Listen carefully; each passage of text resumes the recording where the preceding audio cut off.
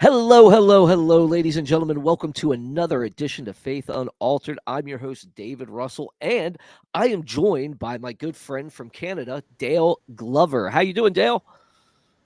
I'm doing good, David. How are you? Good, good. How's the red cream soda? It's always great. It's always the best that way. So, yeah, I'm Yeah, we looking don't have. looking forward to.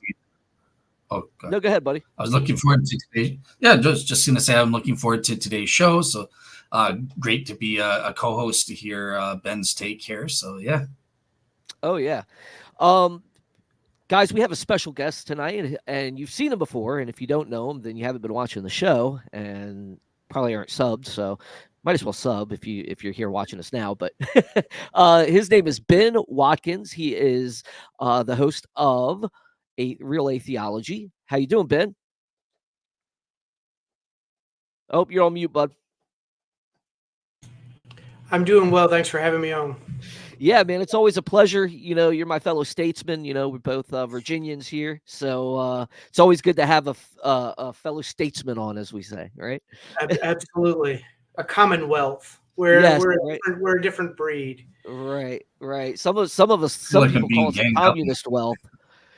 Some people call us a communist wealth, but I don't Yeah, quite right. I somehow feel So like the yeah, odd man out now. well, you're Go from ahead. Canada. You're always the odd man out. So Thanks. I'm just joking, buddy. I'm just joking. So first, Dale, I'm gonna ask you real quick, what's going on with Real Seekers? What are you up to recently? Yeah, so this week, just yesterday, I did.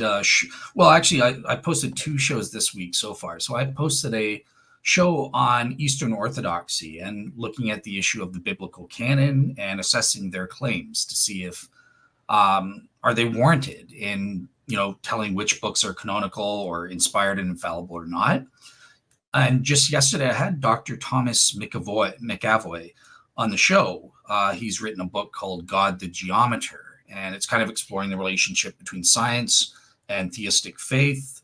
So we got into a bunch of stuff like the Big Bang, creation versus evolution, fine tuning, and even a little bit about the Shroud of Turin as well. And okay, he's gone, so I guess I'll fill in. No, that's I awesome. bored him to death. No, I'm back. I'm back. I hit the wrong Okay. button there. Um, so yeah, so you put out two shows. That's awesome. And let's kick it over to Ben as well. Ben, so what have you been doing with Relay Theology recently? so we just released an episode that was an interview with Professor Paul Russell on David Hume's dialogues concerning natural religion. And so Paul Russell is a Hume scholar, and so he's written a book called The Riddle of Hume's Treatise. And so he tries to kind of untangle the um, tensions that are within David Hume's treatise of human nature. He's got two themes. He's got a naturalism theme and a skepticism theme, and it's often seen that these two themes are in tension. And so Paul Russell is very famous in Hume scholar circles because of this book, of really the kind of way that he's systematically tried to make sense of those skeptical themes, not only throughout the treatise, but also extending into Hume's an inquiry concerning human understanding, and then obviously in the dialogues concerning natural religion.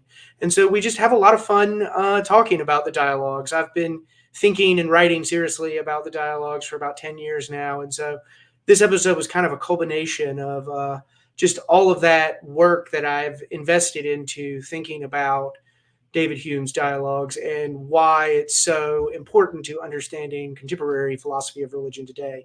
Because we really are where we are at today because of the way that book has influenced the field.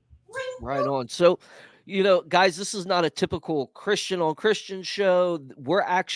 I'm doing a part of a series from my thesis where I've been interviewing certain people and trying to get others' viewpoints on the problem of evil. And that's what we're going to be talking about tonight, which I thought we'd bring an atheist on. Ben is well known in this field, and I wanted his professional opinion on this. And let him present the challenge to theism that the problem of evil will pose to Christians, specifically, even, or theists in general. But Ben, before we get into that, tell us a little bit about your channel and what you do there. So, my channel is called Real Atheology, a Philosophy of Religion podcast, and my co-host Justin Schieber and I explore questions in the philosophy of religion from non-theist perspectives. So we really see ourselves as continuing in a tradition that really kind of came about with David Hume of having a more skeptical attitude towards religious traditions and religious philosophies more generally. And so we like to explore contemporary questions in the philosophy of religion and see how things like secular, naturalistic forms of faith or religion could be alternatives once we've rejected something like perfect being theism.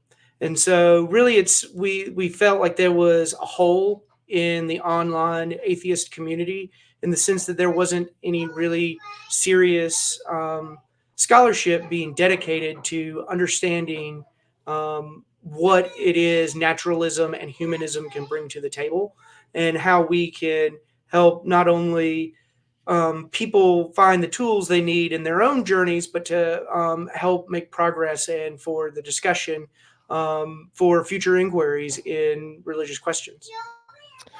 Right on, right on. And I appreciate a lot of your work as well.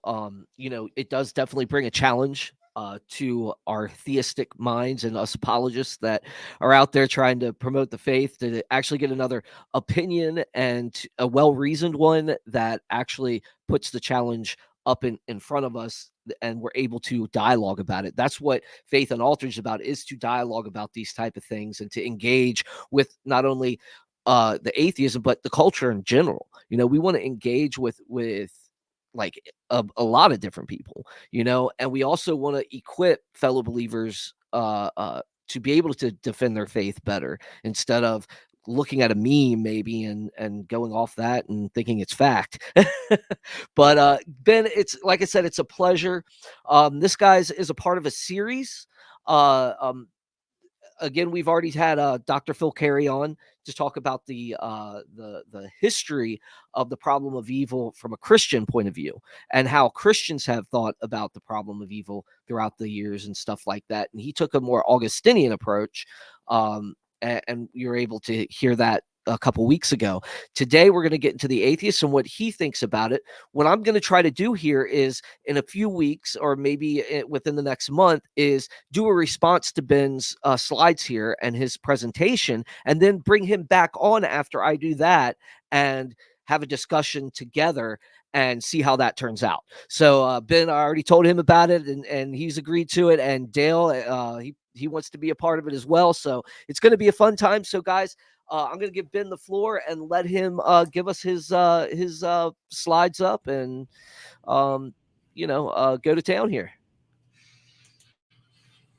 Whoop. Okay, so everyone can see the slides, right? Everything's good. Yep. So the term or phrase problem of evil is in one sense misleading. So it might sound like there's just one problem of evil, but really the problem of evil is a family of problems. Really, it's a family of interrelated problems. And so a problem of evil can more aptly be described as a theme of certain problems that arise when we think about the characterizations that we give to a divine being such as God, and what we observe in the world. So an important question raised by our experiences of suffering and other evils is whether or not the world contains undesirable states of affair that count against our believing there exists a perfect being such as God. But now, so this raises questions. What do we mean by God? So I have here defined that God is a perfect being, but what do we mean by a perfect being? So these are the types of questions that really kind of define the biggest fault lines in the philosophy of religion, because there is no real universal consensus about how we should cash these terms out. But don't fear, we can distinguish between certain models of God. And so I'll get to that here in a second. But when it comes to arguments from evil, I think it's really important at the start to realize that there's three essential features to an argument from evil. So anytime that you want to examine someone's argument from evil, let's say you're an atheist giving an argument from evil, or let's say you're a theist who is evaluating someone's argument from evil, there's three pieces that you're going to want to look for. Now, they might be explicitly there, they might be implicitly there, like how I said that God was a perfect being. There can be a lot of content there, but it might need more unpacking. So the three characteristics of an argument from evil are a characterizing claim, where we make some supposition about God and God's nature. So if we are to accept the conclusions of cosmological arguments or teleological arguments, we are considering a non-physical intelligence that not only caused the universe to exist, but is also responsible for the order that we observe in the universe. Order, harmony, however you want to cash out the teleological argument.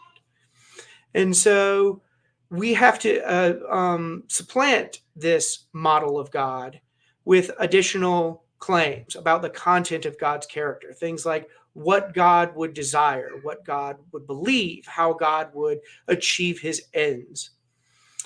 A second feature of an argument from evil is an observation or judgment that I'll call a datum. So the datum is just an observation of evil. It's a judgment like there is suffering in the world. There is a lot of suffering in the world.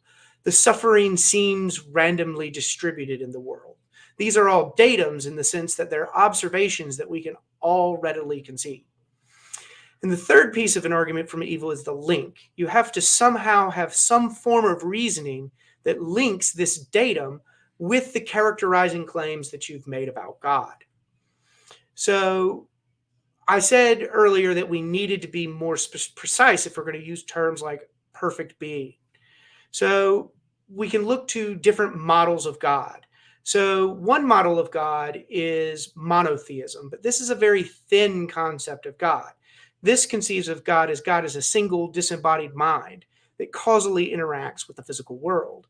But this model is too thin for an argument from evil to get any traction because we haven't made any characterizing claims about what God's nature is like. So the most common model of God that you will find in specifically Western philosophy of religion circles is what's known as perfect being theism. So in this model of God, God is a perfect impersonal being who is always worthy of our worship. And he has essential divine features of infinite power, perfect knowledge, moral perfection, and unsurpassable love. So let's go through some of these divine attributes real quickly, just to say a little something about them so that people have at least the right concepts that are going to be in play in the rest of the presentation. So God's omnipotence is a way of describing God's infinite power. So God has the ability to perform any logically possible act of which the description is coherent. God is only constrained by logical limitations. So the only limitations that God has, there's a famous paradox of, can God create a rock so heavy that he can't lift? Well, no, because such a object is literally contradictory. And so God is only constrained by things like the laws of logic. So God can't bring about what is logically incoherent, but everything else is game. God has perfect knowledge, or what is often called God's omniscience. So God could only have true beliefs about the world and about what matters. God would know all the true propositions that it was logically consistent to know. So there's often a paradox of, could God know future events of free creatures? One response is that no, God couldn't have that knowledge, so-called open theists, the idea that it's logically impossible for God to know future free acts. But this is no limitation to God's knowledge any more than the laws of logic were a limit to God's power. The third divine property I want to consider is arguably the most important, specifically for conversations about the problem of evil, because it's where we're attributing uniquely moral or ethical properties to God. We're saying God's nature would be so constituted that he always performs morally permissible acts and never performs any wrong acts. God's goodness would not be deficient in any way. This is what I mean when I say God's nature would be perfect. It would be complete.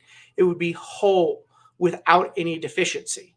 There's nothing that we could add to God to make him greater. The final divine property I want to consider is unsurpassable love. So according to divine love, God's love for finite creatures would be infinite and inexhaustible. Such love would involve universal benevolence towards and universal caring for the well-being of finite creatures, including non-human animals. So this is the idea that God has not only the power and knowledge of all of his finite creatures, but he also has the motivation to seek out a meaningful, positive, reciprocating relation with those finite creatures. So that kind of does it for the characterizing claims. As far as what happens in the rest of this discussion, I'm going to take for granted the perfect being model of God, because that's really the target of arguments from evil. Like I said, the characterizing claim is essential, and that these should be claims that theists are readily willing to concede. And so that really leaves a lot of the play in arguments to evil to be between the datum and the link. And so there's 5 important distinctions when formulating an argument from evil. So the first will be logical versus evidential. So logical arguments from evil versus evidential arguments from evil. Abstract versus concrete. So abstract formulations that don't appeal to any real particular details, where concrete observations of evil consider specific instances of evil. Realist versus anti-realist. So this is your traditional meta-ethical distinctions. So we could be subjectivists about moral properties, or we could be objectivists about moral properties. The fourth distinction is axiological versus deontological.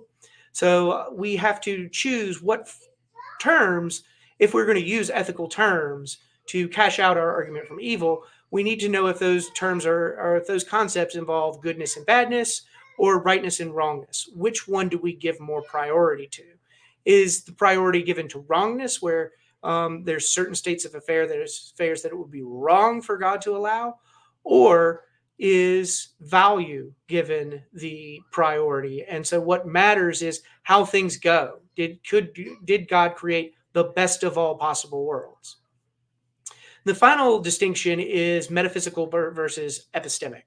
So an epistemic argument from evil involves our knowledge of actual evils. But metaphysical arguments from evil consider a range of possible evils. And so I'll explain that one in more detail later, because I think that one's probably the trickiest of the distinctions to really see in the abstract. So, excuse me. As far as the first distinction goes between logical and evidential arguments from evil, this one is often the most familiar. This is one that you'll see a lot in the literature. A lot of the philosophy of religion literature will emphasize this distinction between logical and evidential arguments from evil. I disagree with that emphasis, but that's neither here nor there at this point. What I really want people to see is the difference between the two. So when we're making a logical argument from evil, we're saying that the existence of evil or some fact about evil is logically incompatible with theism. So if this evil obtains, then as a matter of logic, it follows that theism is false. Whereas with an evidential argument from evil, we're just saying that evil is an observation that changes the probability that theism is false. In fact, it increases the probability that theism is false. So those are the two really important links for arguments from evil. So a very familiar logical argument from evil comes from Epicurus. So Epicurus's famous formulation is God willing to prevent evil but not able? Then he is not omnipotent. Is he able but not willing? Then he is malevolent. Is he both able and willing? Then whence cometh evil? Is he neither able nor willing? Then why call him God? And so we can see, if we lay this out in a logical structure, both the link, the characterizing claim, and the datum really clearly. So if you look at premise C on the screen, it has that A and B are the two divine properties that we're isolating in this argument. The first being omnipotence, the other being infinite benevolence, and that these are necessary conditions for it to be worthy of worship. That's his last question, why call him God? So you capture all of that with C, and that's your link between your characterizing claim and your datum, E, there is evil. And so as a matter of logic, it follows God does not exist. Evidential formulations, again, they concede the logical possibility of both God and evil, but insist that they're evidence against God or evil. And so what this means, given a logical argument from evil, the probabilities involved will be 0 and 1. With an evidential argument from evil, by conceding the possibility, what you're doing is that you're bounding the probability of theism being true between 0 and 1. So think of logical arguments from evil as operating at those outer bounds of the probability space, whereas evidential arguments from evil work within that probability space. And so really what we want to understand with a probability judgment is evidence. So this is where my David Hume nerd kind of kicks in. So Hume is going to want to say something like that we want to proportion our belief to the evidence, where evidence is something like probability. And so if we're trying to determine the probability of something like theism, we should ask ourselves, is the world considered in general, and as it appears to us in this life, different from what a man or such a limited being would beforehand expect from a very powerful, wise, and benevolent deity? It must be strange prejudice to assert the contrary. So these evidential formulations start from the idea of what would we expect to observe? Is there a mismatch between what we observe in the world and what we would expect if we had never even seen that observation in the first place? And if there is a mixed match there, then we have these evidential considerations. So Hume formulates it like this. 4 hypotheses can be formed concerning the first causes of the universe: that they are endowed with perfect goodness, that they have perfect malice, that they are opposite and have both goodness and malice, that they have neither goodness nor malice, and mixed phenomenon can never prove the two former unmixed principles, and the uniformity and steadiness of general laws seem to oppose the third. The fourth, therefore, seems to be by far the most probable. That is, the first causes of the universe are neutral with regard to good and bad. So Hume's point here, if you look on the screen, is that this hypothesis of indifference, the idea that the universe or any intelligent being that might be in the world is indifferent to us. That's what we have the most reason to infer on our total evidence, because he's gone through all of the possible, the logical space here. Perfect goodness, perfect malice, goodness and malice, neither malice nor goodness. And so the indifference one, given what we know about evil, comes out being the most probable. So the second distinction that I wanted to mention was abstract versus concrete formulations of the argument from evil. So abstract formulations assume the detailed nature of the evils we observe and experience are unimportant. So if you look at Leibniz, he famously said that our world is the best of all possible worlds. And so this is the type of claim that you would see in an abstract argument from evil. It's saying, look, the world taken as a whole, the detailed features of the world aren't what's important here. It's just the nature of the whole. So we can ask, we said God is unsurpassably great. And so that any being greater than him is impossible because God is the greatest possible being. So Kant puts it like this: that the world created by God is the best of all possible worlds is clear for the following reason. If a better world than the one willed by God were possible, then a will better than the divine will would also have to be possible. For indisputably that will is better, which chooses what is better. But if a better will is possible, then so is a being who could express this better will. And therefore this being would be more perfect and better than God. But this is a contradiction, for God is the greatest possible being. So we can formalize Kant's argument here into an abstract argument from evil. We can say if there is a best of all possible worlds, then the actual world can be improved because it is not a best of all possible worlds. That's one datum, possible datum. Another possible datum is if there is not a best of all possible worlds, then the actual world can be improved because there is some better possible world. So we have to choose one of these two datums. A and B present us with a choice. C is a characterizing claim with a link built into it. It says that the actual world can be improved is incompatible with an unsurpassable God because he cannot rationally prefer the worst of two creative acts. And so then it follows as a matter of logic, in the abstract, God did not create the actual world.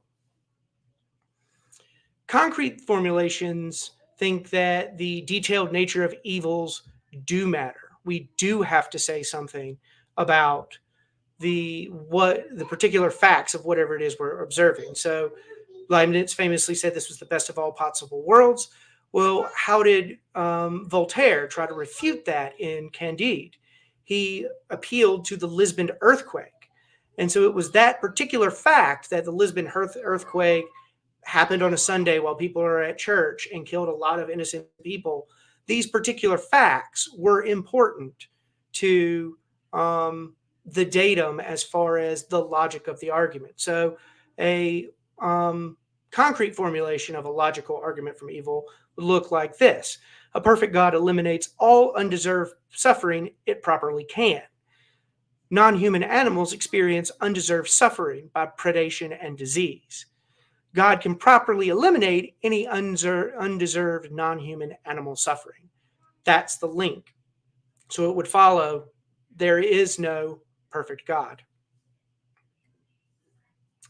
The third distinction is between realist and anti-realist formulations. So an anti-realist formulation would be something like a subjectivist formulation. So according to a subjectivist formulation, some fact is evil as judged by certain observers, and that fact counts against God's existence. So an argument would look like this: God is infinitely powerful and morally perfect. If God exists, then the world is a hedonistic paradise, but the world is not a hedonistic paradise as judged by some observers. Therefore, God does not exist as judged by some observers. Now, this is a way of, it's often replied to arguments from evil that you have to be an objectivist in order to put forward an argument from evil. And I think that's a big mistake. So we can imagine a supposed subjectivist dialoguing with a theist who is also a moral realist. Now let's imagine that this theist is also a hedonistic act utilitarian. He believes that what is good is what increases the maximum difference between pleasure and pain. So whatever maximizes pleasure minus pain.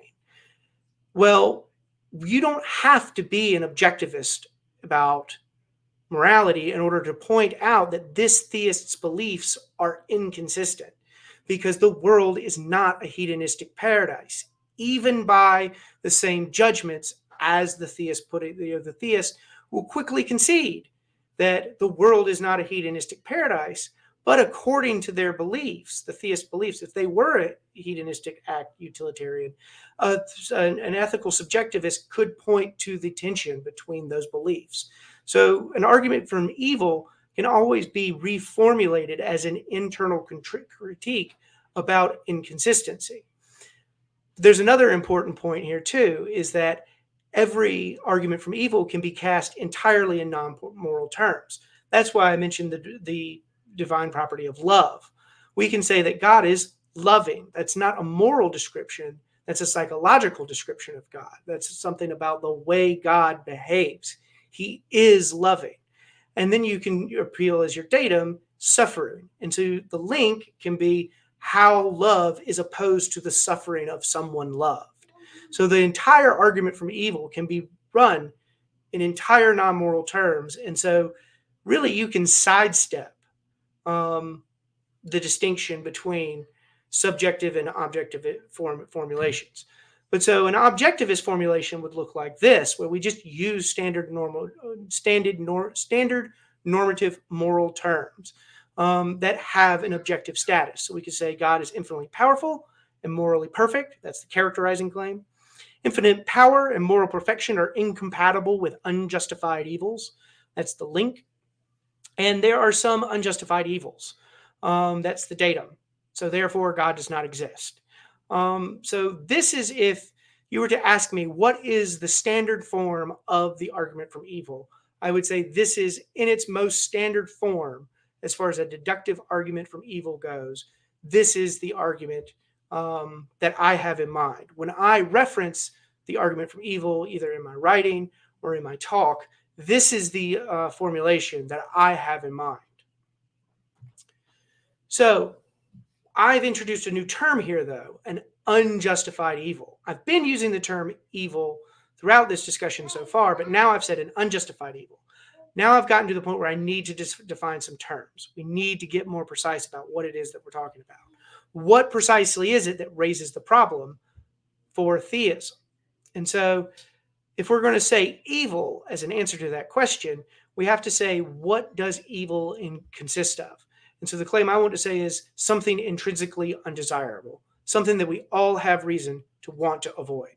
So something like suffering. Suffering is the paradigmatic example of evil.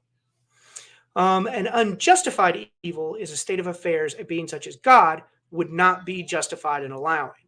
But now all I've done is replaced unjustified with something that would not be justified for God to allow.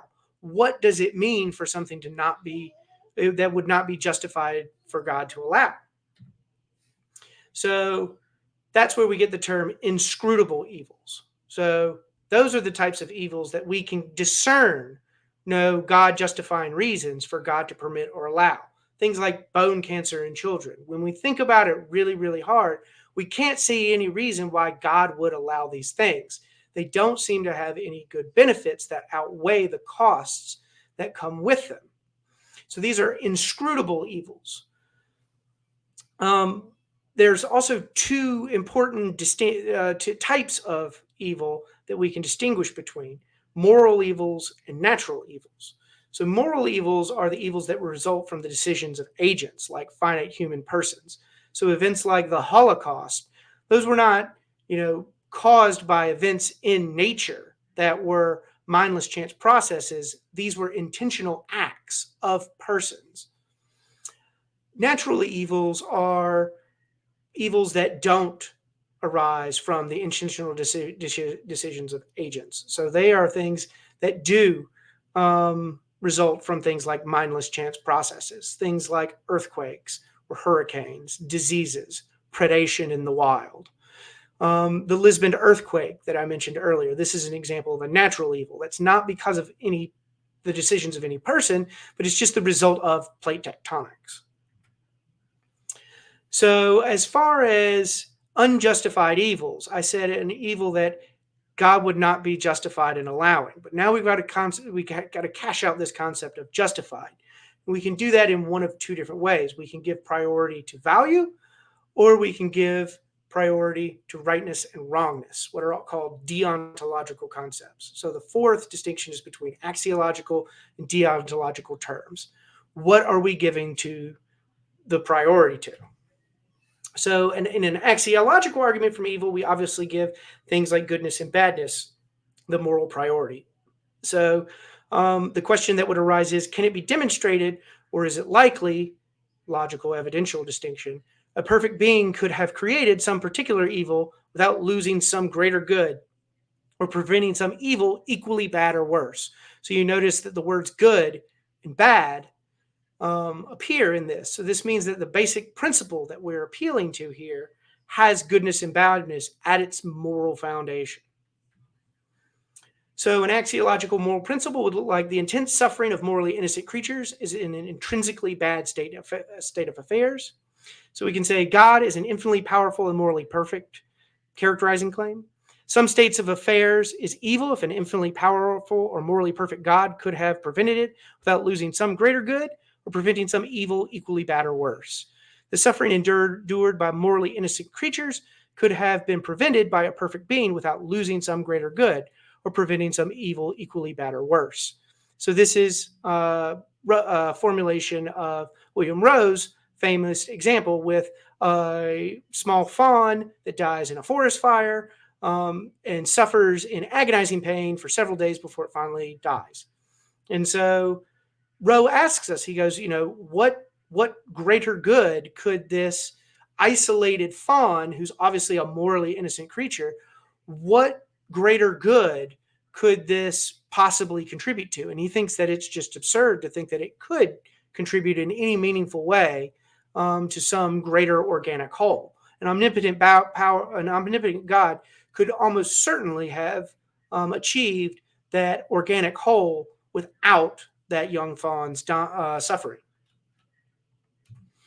A deontological argument from evil asks, can it be demonstrated, or is it likely allowing the intense suffering endured by morally innocent creatures is a morally wrong act, all things considered? So it's judging God's action, not the consequences of what is going on in the world or the value of the world as a whole, but the moral, it's making a moral judgment about God's act itself, whether it was right or wrong. So a deontological moral principle would look like intentionally allowing the intense suffering of morally innocent creatures is a wrong-making property of an act.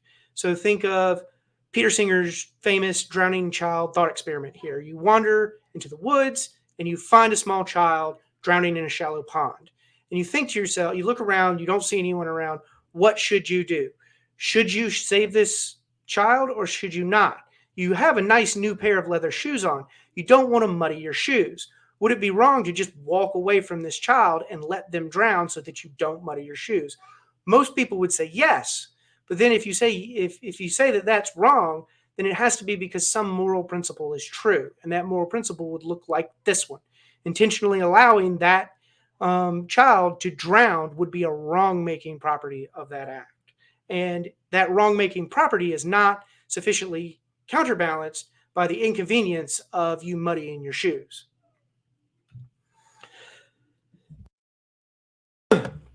So a deontological argument from evil would look like this. God is infinitely powerful, morally perfect, characterizing claim. An act is an unjustified evil if it has wrong-making properties not counterbalanced by right-making properties, all things considered. That's our link. Intentionally allowing the suffering actually endured by morally innocent creatures is a wrong-making property which is not counterbalanced by right-making properties. So therefore, it would follow God does not exist. So the last distinction I want to go through is probably the most abstract. So far we've considered formulations of the argument from evil that appeal to our knowledge of actual evils, evils that we observe in the actual world. But arguments from evil are not limited to evils in the actual world. We can also appeal to evils across all metaphysically possible worlds if we make an additional characterizing claim. That additional characterizing claim that God is metaphysically necessary, i.e., that God exists in all possible worlds. And this is often traditionally thought to be a characteristic of the traditional God of monotheism. It could not, God's existence could not have been otherwise. Any evil, though incompatible with God, is a metaphysical and moral category, but it's not an epistemic one. So if there are evils incompatible with God in any metaphysical possible world, and God exists necessarily, then it follows God doesn't exist. So this is what that argument would look like. If God exists, then God exists necessarily. If God exists necessarily, then nothing incompatible with God's existence is metaphysically possible. But evil incompatible with the existence of God is metaphysically possible. Therefore, God does not exist. And so it's often thought that in order for an argument from evil to go through, that there have to be assumptions made about evils in the actual world. That's actually not true. If we are also supposing that God exists metaphysically necessarily, then any evil incompatible with God's existence, all it takes is the metaphysical possibility of that evil obtaining. That is, that evil incompatible with God obtains in some possible world, then it follows that God does not exist. So this is like kind of like a reverse modal ontological argument combined with the argument from evil.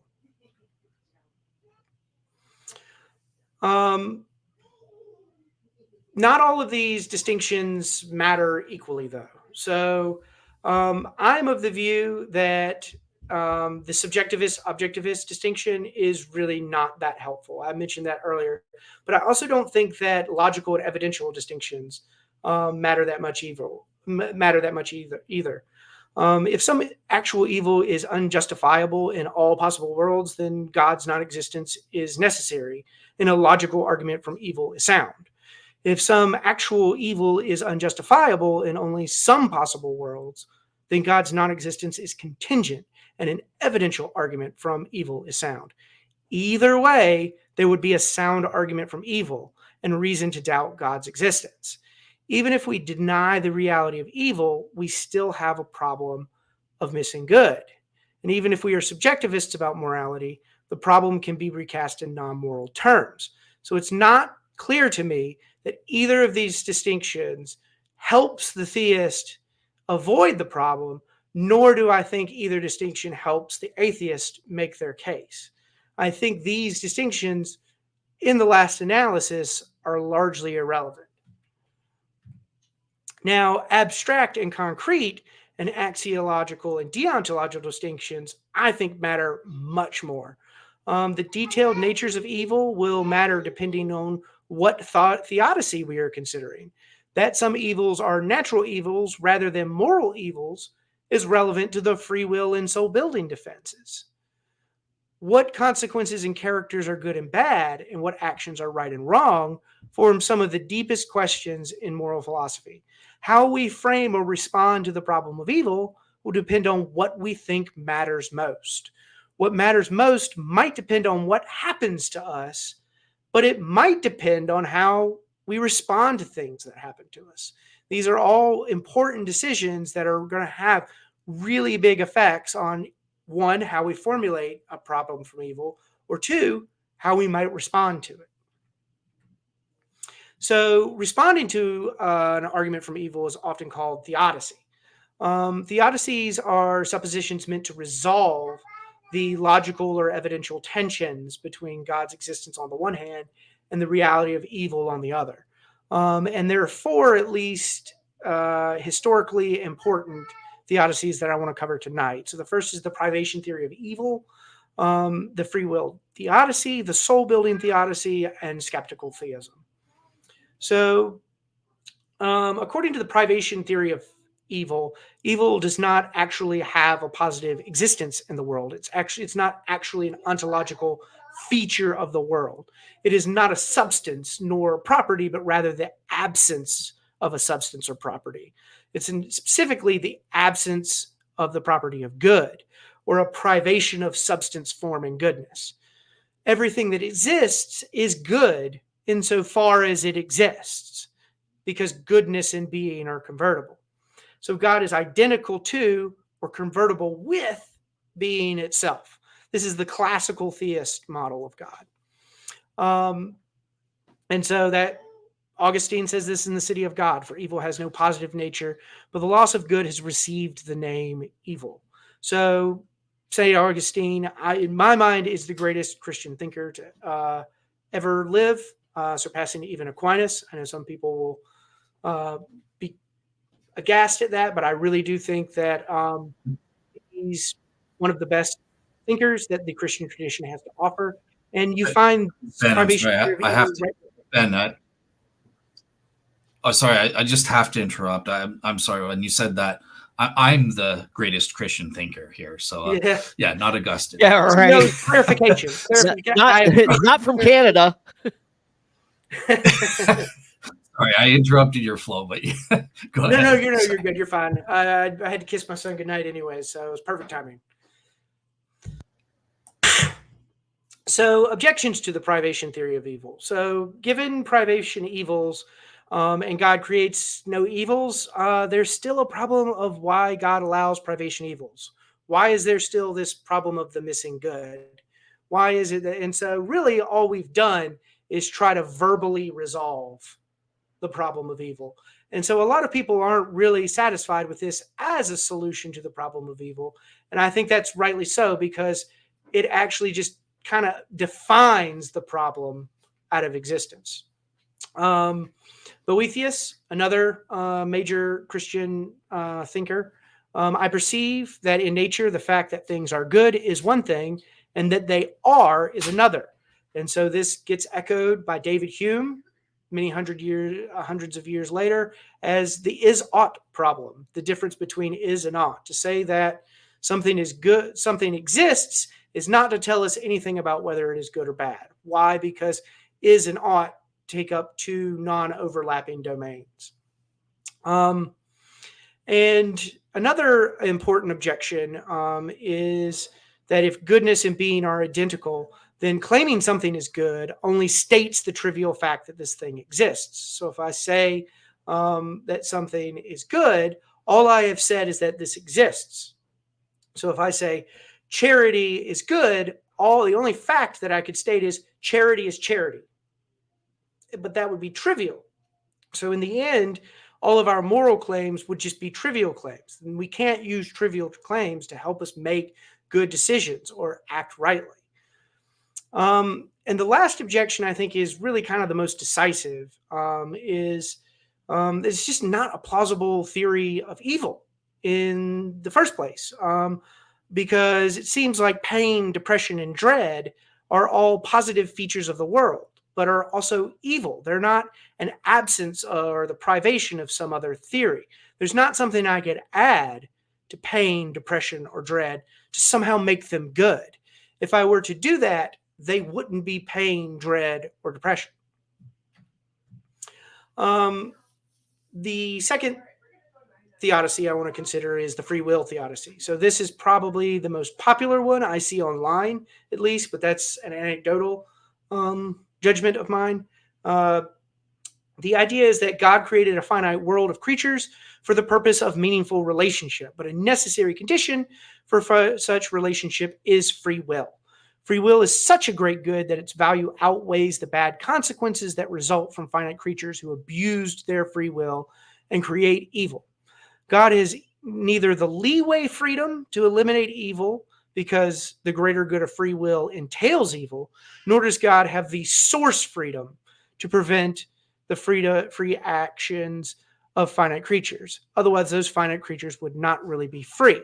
So the evil that we observe in the world is not God's responsibility. God couldn't have done anything about it. But this doesn't count against God's omnipotence because it's said that it's a logical fact that God can't determine creatures' acts and them still be free.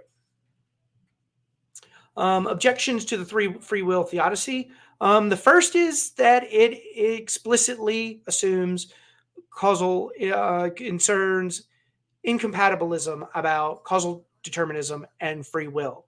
So causal determinism might be true. Causal determinism is like the specter of causal determinism on incompatibilist free will is so large because the arguments in favor of causal determinism seem so decisive. So if you are not a compatibilist about free will, causal determinism can be this really big threat to even the plausibility of the free will theodicy in the first place. You might think that there's a compatibilist way out, a similar compatibilist theodicy, but I don't think so, because on a compatibilist view, you could just say it was within God's power God had the omnipotent power to create a world in which every creature freely chooses good. And that's a coherent proposition. Another objection is that God is morally perfect, yet cannot choose evil. So he doesn't have the significant freedom to actually choose evil.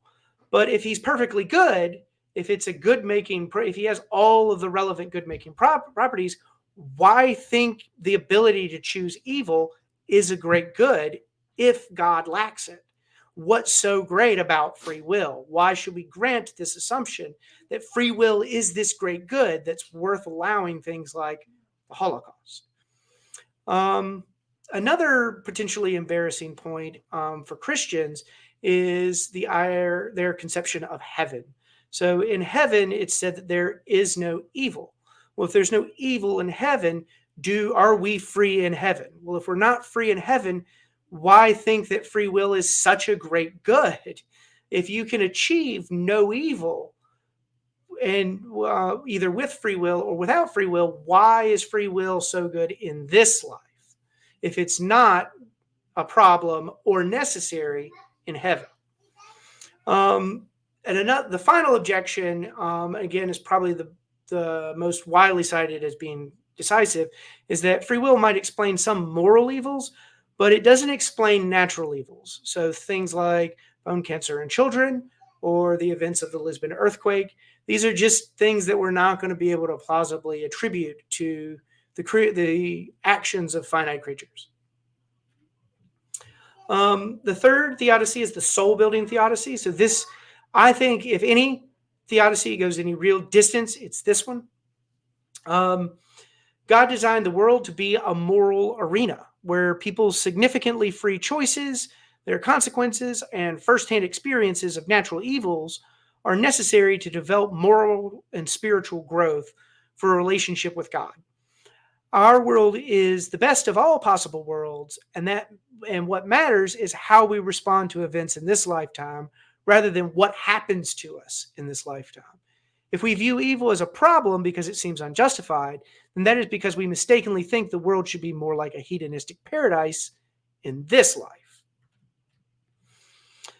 Objections to the soul-building theodicy. A lot of people, myself included, look at the world and just say, it's really not that conducive to soul building.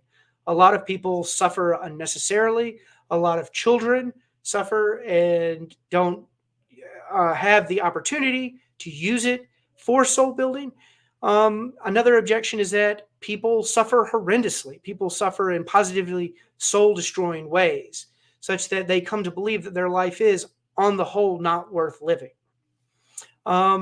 Non-human animals. So it doesn't seem to me that non-human animals, their struggle for survival in the state of nature, it's not clear to me at all that that's there to develop the souls of animals. Even though I'm not necessarily opposed to the idea of an animal afterlife, perhaps the animals do have soul building that builds them up to this afterlife. But even if we were to grant something like that, the final objection is that compensation for suffering does not entail justification for allowing it. So it might be true that all of this suffering was necessary to achieve some sort of state in the afterlife, but just because we're compensated for all of that suffering in this life, in the afterlife with some great good, that doesn't justify allowing the suffering in the first place. So to use an example from Paul Draper, imagine that I come and I throw a rock and bust out the window of your car. And you might very rightly be indignant of this act, like, hey, why did you break my window? But then I say, well, hold on. I'm going to pay you $30,000 to replace your window. Now, you might be ecstatic. You might go, wow, the window in my car is not worth anywhere near $30,000. This is incredible. He's compensated me well above and beyond the damage that he's done to my property. But does my paying you $30,000 for breaking your window, does that justify me breaking your window in the first place? And I want to say that no, it doesn't justify that act in the first place. The compensation for it might be some way to help make amends for it, but that doesn't mean that it's justified. And what's relevant to the argument for evil is unjustified evils. So it's not clear that this compensation in the afterlife goes the distance we need it to say that some evil is not an unjustified evil. The last theodicy I want to consider is actually not really a theodicy at all. It's more of a negative claim. It's the idea that we shouldn't even need to give theodicies in the first place because we shouldn't expect to know what God would or would not do. So remember I said in the characterizing claims that we have to make certain claims about God's psychology. Well, skeptical theism is going to be very, very skeptical about all of those claims in a characterizing claim. So given the epistemic distance between us and a perfect being like God, we should be skeptical of the inference from inscrutable evils to unjustified evils, because God justifying reasons for allowing them would likely be obscure or beyond our ken. Some inscrutable evil may be necessary for a greater good or to prevent some evil equally bad or worse. We should remain skeptical of claims that human beings can discern God justifying reasons for the evils we observe. So objections to skeptical theism. So the first is that skeptical theism in the claim that God is incompatible with unjustified evils implies agnosticism. So why do I say that? So the idea here is that in that argument from evil, the theist was committed to unjustified evils being incompatible with God. So if they're committed to the existence of God, the reasonableness of the existence of God, they're also committed to the reasonableness of there being no unjustified evils in the world. And so if they don't think that we can make a judgment at all about the unjustified evils in the world, that's the thesis of skeptical theism, then it follows we also have to be skeptical of God's existence. And so theism is a double-edged sword here, that it proves too much and leaves us in a state of agnosticism. The second objection is that the probability we would understand God justifying reasons for allowing evil is actually high. So the objection is often pressed in the form of a parent-child analogy. So a child may not understand why they have to go get a vaccine to help prevent them from catching some disease. And they might not be able to understand the subtleties of virology or why it is that they have to endure this pain. But a loving parent would be there for their child and would do everything that they could to help them understand that what they're going through is necessary. And so this shades naturally into the problem of divine silence. And so the last, not the last, but the third objection is that skeptical theism implies a sort of moral skepticism that we should reject. So to come back to Peter Singer's drowning child thought experiment here, skeptical theism seems to say, look, if we were to stumble across this child drowning in a shallow pond, we had the power to save them at little to no cost to ourselves, we should wonder maybe this child drowning is logically necessary for some greater good or preventing some evil equally bad or worse, that this is part of God's divine providence. And so that we should take a skeptical route and say, like, no, it doesn't seem to me that this is an unjustified evil. God must be doing this for some reason. And so that I'm in a state of kind of moral paralysis. And so that seems like, again, the skeptical theism the skepticism has shaved off more than would be comfortable. And this shades into the last objection, the problem of divine lies. So this idea that God might be justified in lying to us. And so there are certain propositions that we would only have word of God justification to know. So the idea that God will defeat evil in the end, or that Jesus is his son, and he sent that his son to die for us. These are all propositions for which we would have word of God justification only. But if God was morally justified in deceiving us, we could never rule out the possibility that all of these divine promises that have been made to us are really just divine lies. So again, it seems like the skeptical stance that the skeptical theist adopts has unwelcome implications that should lead us to reject that view. So that's what I had as far as a presentation of the argument from evil, and the things that I would want most people to take away from are the structure of it. So the characterizing claim, the link, and the datum, and how those three interplay to make the core of the argument. The 5 distinctions that we went through, I won't run through them all again. And then the 4 theodicies. Skeptical theism is not really a theodicy, but I consider it a theodicy because it comes up in talk of theodicies. But the privation theory of evil, the free will theodicy, soul building theodicy, and skeptical theism. If you were to be able to understand all of this wide range of stuff, you would really have a very good grasp and picture of the family of problems that is the problem of evil. Right on. Thank you, Ben. That was great. You'll have to send me the updated version of the slides too, because I don't have all those. Gotcha. I would like to put them into the comments for people to look at as well. Also to help use them myself when we talk about this later on. But I want to tell the audience, I'm going to give you guys a treat, and I'm going to let the first question of the night be our super chat. So I'll let Ben answer that one real quick. It says, question for Ben. Do you think it's possible for God to create a world with creatures that have free will that wouldn't lead to suffering?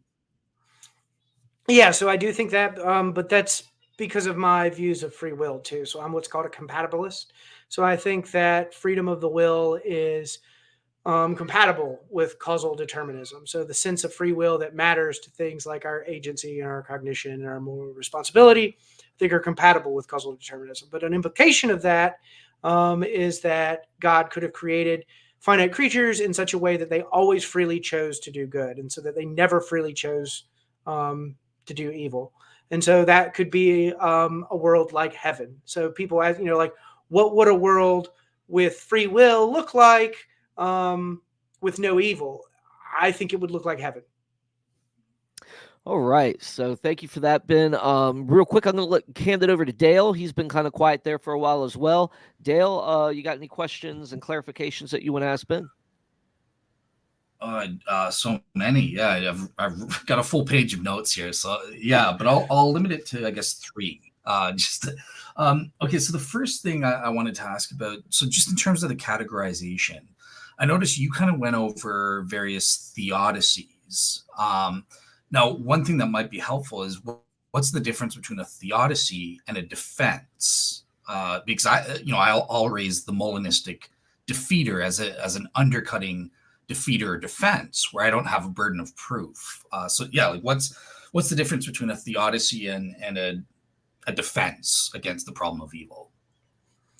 Yeah. So in order to make that distinction, we have to go to our distinction between logical and evidential problems of evil. So in the logical problem of evil, we were trying to derive a contradiction between certain claims that theists are making. Whereas in the evidential argument from evil, we are saying that these observations change the probability of theism being true. Well, so in a defense, the aim is only to undercut that logical argument, to say that, look, there's no logical tension between evil and God. And so that's what a defense does. A defense doesn't, it just says, look, for all we know, this possibility is coherent. And that coherence is enough to defeat this logical problem of evil.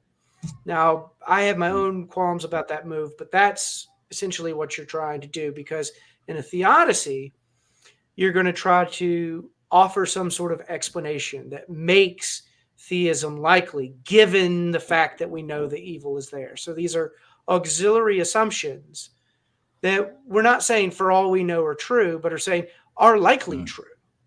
likely true to the fact that it's raised that we can still be confident that the probability of theism is high, even though we already know this fact about evil. So theodicy is trying to do a whole lot more work to raise the probability of theism being true, whereas defense is just trying to diffuse a problem.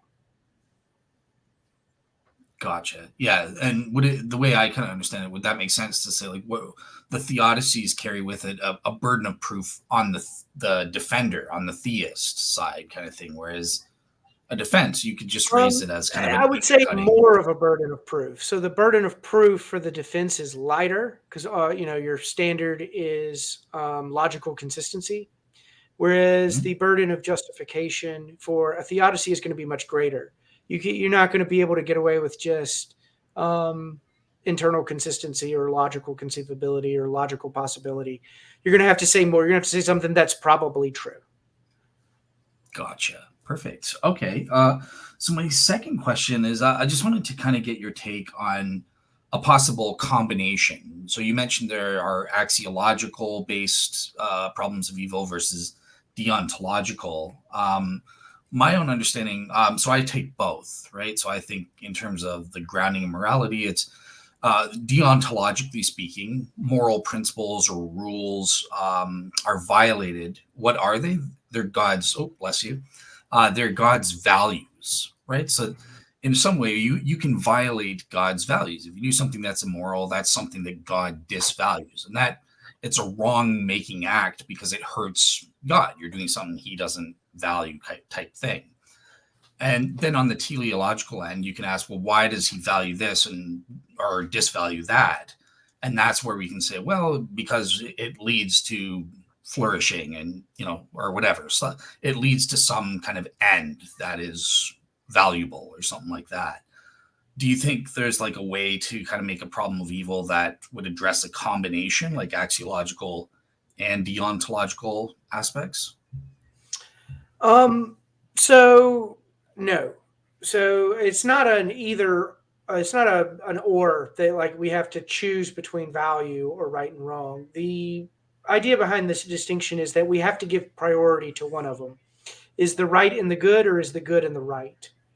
So we have to, again, the datum requires us to make some sort of judgment about the world. Well, is that judgment in deontological terms? Is the final ethical property that we're appealing to rightness and wrongness? Or is the final ethical property that we're appealing to goodness or badness? So if I think that it's goodness and badness, I might say the world is the best possible world. But if I think that if it's rightness or wrongness, I might say that God has an unsurpassably moral character. Perfect creator implies a perfect creation because he's did everything right, and that's what's most important. So you can use deontological and axiological concepts.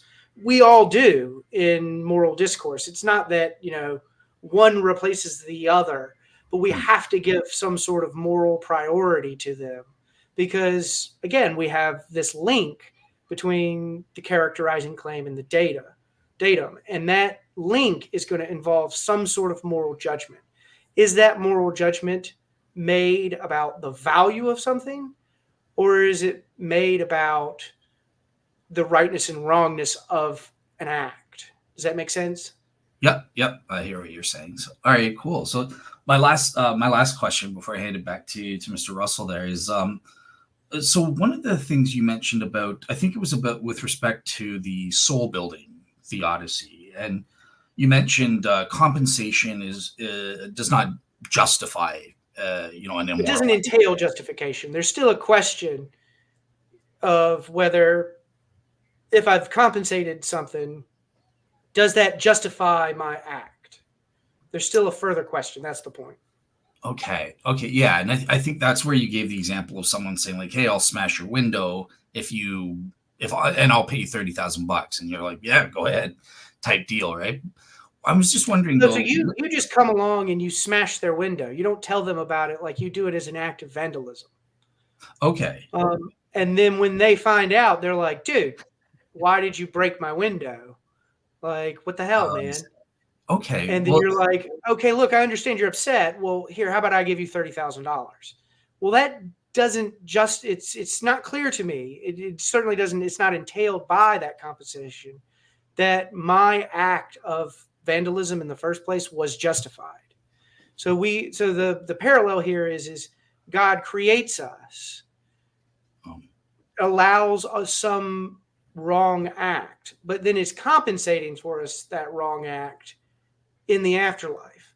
Does the compensation in the afterlife entail that God was justified in allowing, we'll say, like the Holocaust?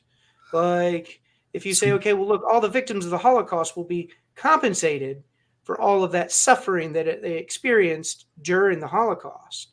Well, does God's compensating for the Holocaust victims in the afterlife justify his allowing of the Holocaust? If that would still be wrong, then the fact that he compensates everyone in the afterlife doesn't entail that that's not an unjustified evil. And it's unjustified evils that are relevant to the problem of evil, because those are what we are saying are incompatible with God's properties. Okay, so here's the qualification or the added nuance I wanted to ask you about, because that's not entirely analogous to what God's doing, or at least certain forms of theism, such as Christian theism, which has a doctrine of the fall. So it's not like this is just an objection to soul building. So this, you're right. Like, there's a lot of wiggle room in this. Yeah. Like, you're not necessarily wedded to some of these assumptions, but this is just the general illustration of the objection that compensation doesn't entail justification. And so let me ask. The point is like, even if we concede compensation, there might still be more work to do. That's in the most general form, that's the objection. Okay. So yeah, I guess just in a nutshell, what I was going to ask is there a difference in that in certain cases, like, God just coming up and doing something evil and then compensating you afterwards, versus in the fall, it's not really, he didn't create evil. He created that world good. Then we actively chose to force God into the situation where he had to use evil to achieve the greater good. But he didn't set up the system. Like, he didn't start off by smashing the window. We did something first that forced him to have to smash the window and then compensate us. Could that make a difference? And that's a fair difference, and so let me try to cash the analogy out in a different way that kind of avoids the issue that you're raising. So imagine that a parent walks out on their children, and so spends most of this child's life not being a part of that child's life. Now, this child might grow from this experience of being raised without this parent. It might make them a really good person because of all the adversity that they had because of this. Now, let's imagine that parent comes back in their life and says, look, I realize I wasn't there for you in the long run, but I thought that's what would be best for you. And in fact, it was best for you. But now that you're the type of person that you need to be, I want to have a meaningful relationship with you. In fact, I'm going to give you all of my fortune that I've made right now, and we're going to go live. You're not going to have to work for the rest of your life. We're just going to go live basically, the high life on this fortune. Again, you're compensating, this parent might be compensating their child for the hardship for an action that they performed by walking out on them all that time ago. Does all that compensation, does all that soul building that resulted because of that action, does that justify the parent walking out on the child when they were a child? And so I think a lot of people would want to say no, or possibly no. Really what the point is illustrating is that we know that compensation, even if we give all the compensation we want, that's not going to entail justification. Just because you've compensated for a past act that you've performed, that doesn't justify you performing that act in the first place. Because some acts might just be wrong. It might just be wrong to walk out on your kids. It might just be wrong for God to allow something like the Holocaust. Even if we concede all of the points about compensation. Gotcha. Thank you so much. All right, awesome. Over to you, David Russell. Right on, Ben. Very great presentation again. I'm glad. I love how you bring out the definitions. Like you're not saying, like you say, it's evil could be undesirable states of affairs, right? But evil's not suffering in and of itself, right? And I think you did that well with it's the same that G.E. Moore does with it as well, right? When he goes over moralism and stuff, right? Good's not this or that. Otherwise, it's you're equating the terms, and why have the term in and of itself? One thing that I think you did do that too, though, is on the privation view, right? Because I think we're starting with Augustine, and where Aquinas did kind of clear it up, I think later on was where he was like, okay, you can't equate being with good, right? You can't do that. However, being is a good, being alive is a good thing. So I think that clarification was needed on that, but it, we're, it's kind of hard to start off, because it seems like what we do with these philosophically. Do you think philosophically that I guess theologies aren't really considered in these formulations, or partially considered? I guess would the right question. Do you think theologies are partially considered, or the entirety of the theology is considered when they're putting the philosophical arguments out there for the problem of evil? So I think the philosophy of religion is going to be logically prior to the theology, only in the sense that the philosophy of religion is engaging with claims that are made in theology. So an argument from evil just wouldn't have any traction if the claims that it uses in the characterizing claims weren't taken right from theology. Does that make sense? Yeah. If those were just, these claims didn't have a place anywhere in the world, there would be no relevance for the argument for evil. Yeah. So in a certain sense, there are certain theological features that are inseparable from it, because it's a critique of certain models of theology. Now, I think it's also important to realize that there are a lot of features of theology that are unimportant to certain questions in the argument from evil. So one of the distinctions is that there's an intellectual problem of evil and that there's an existential problem of evil. So the intellectual problem of evil is what I've just been discussing tonight. But the existential problem of evil is coming to live. So if we're theists or atheists, it's how do we go about living a life in a reality of suffering? And so that one, there's theology might be relevant to that existential problem in ways that it's not relevant to the argument from evil. And there's ways in which the argument from evil just isn't relevant to the existential problem from evil. So like if a parent's child was dying of cancer, you wouldn't go try to run the problem of evil with that person. Like, that's just completely ridiculous. But then again, if you're tackling the intellectual problem of evil, falling back into the theology is not like, unless the theology actually solves the problem. Or if you say, well, I need this part of the theology so that I can do this existential problem of suffering. Okay, well, but does that solve the intellectual problem of evil? And so it's very easy to get certain theological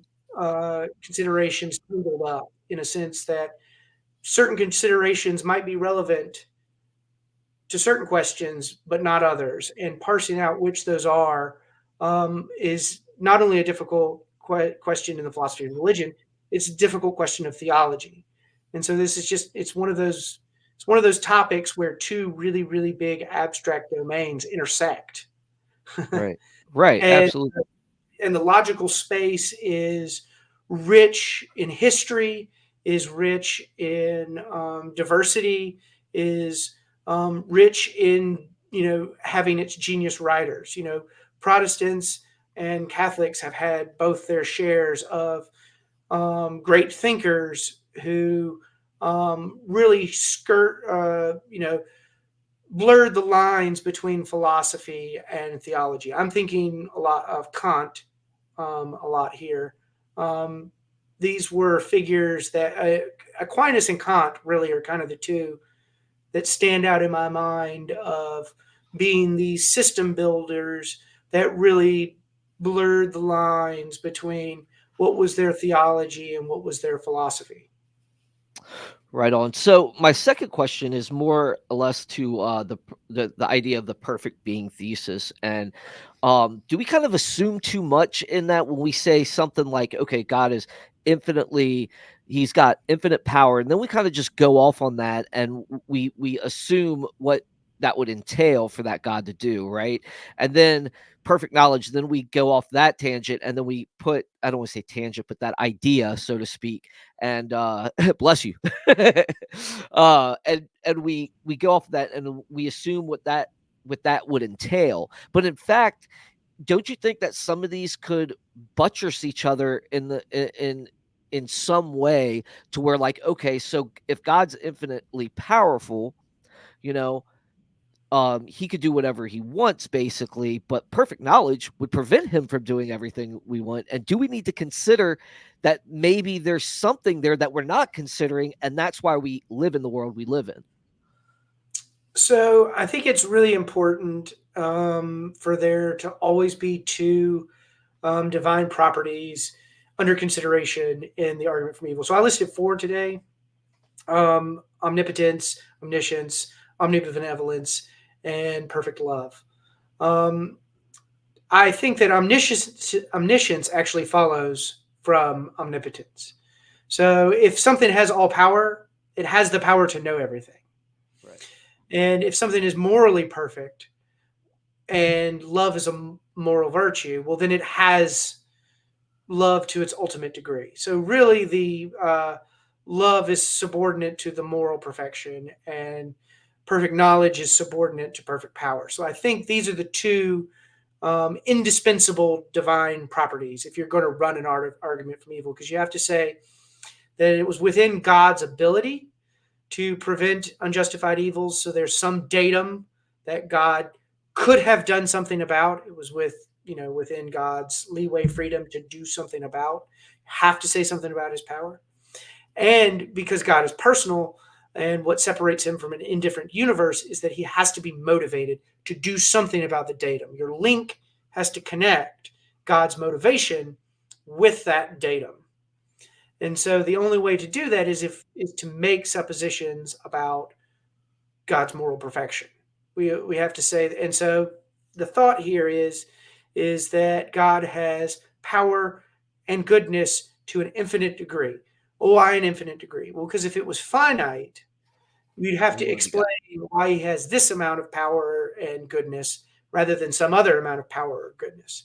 So for the simplest views would be that God has no power and goodness or has infinite power and goodness. So it's taking advantage of the simplicity of infinity by giving these attributes of power and motivation an infinite magnitude. But it's that move. It's that move of infinite, unsurpassable magnitude. That's really what gives the argument from evil bite, because that's the piece in the characterizing claim that says, look, it's within God's power and it's within God's motivation to do something about what we observe. You're linking the characterizing claim to the datum.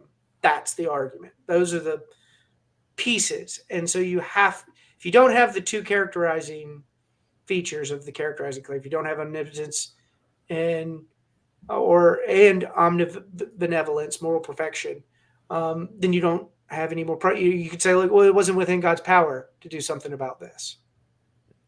Or you'd say, God's not morally perfect. And so, like, if you can't say either of those things, you lose.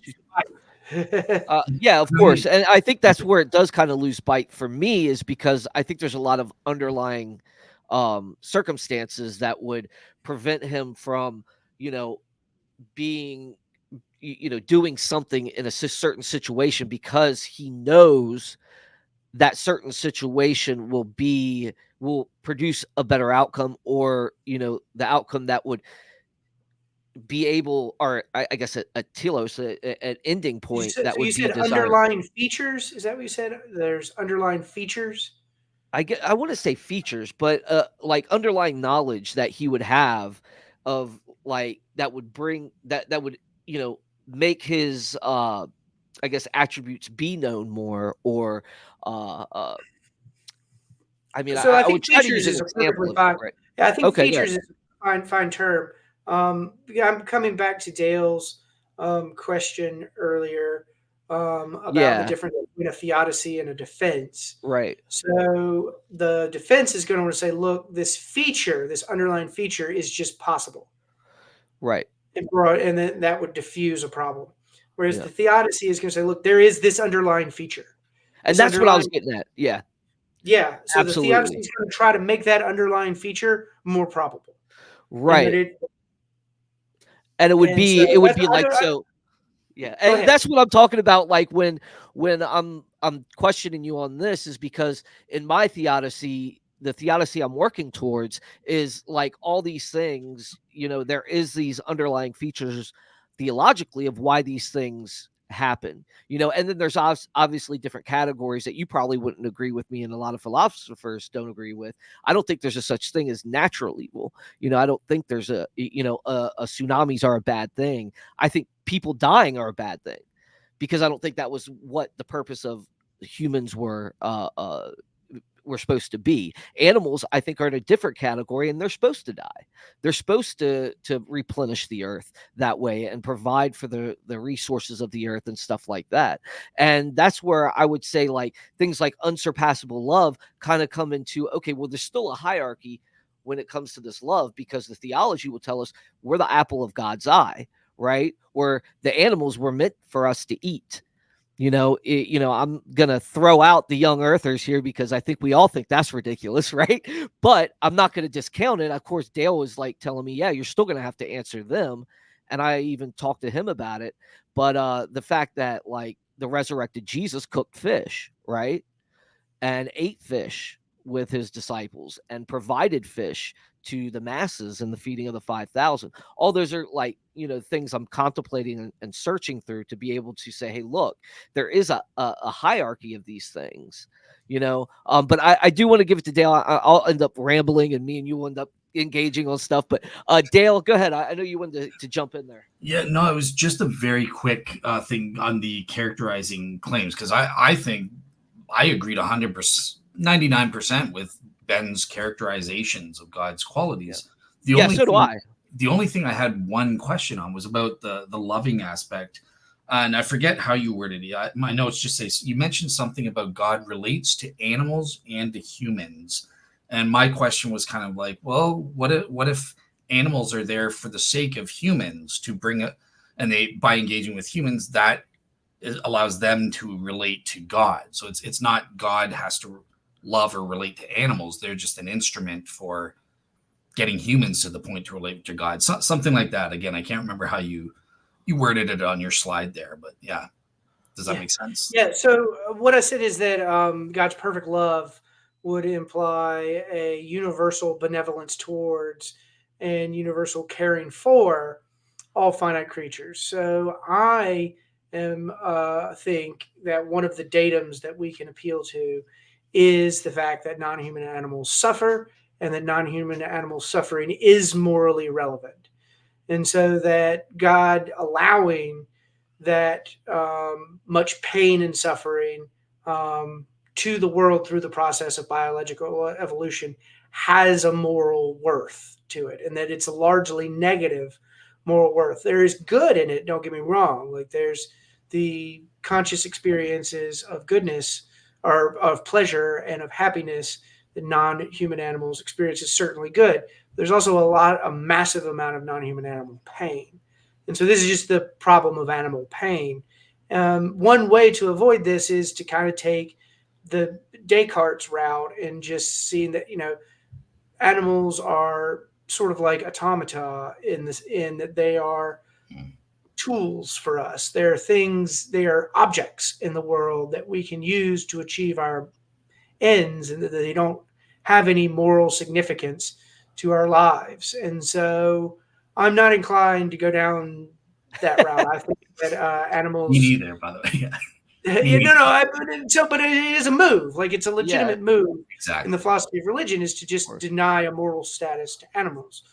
I don't go that route. I don't find that plausible, but I obviously some people do. It's been a historically Yeah. important thought. I mean, Descartes. Yeah, Ben, I would actually go. Hard to think of a more important figure who held the view. Exactly. Ben, like I would go to more of like a middle of the road view, right, where there is a sense of caring, but not as heavily like a hierarchical system. Yeah, I think that's right. So there's a very So famous distinction in the literature yeah, between a moral agent and a moral patient.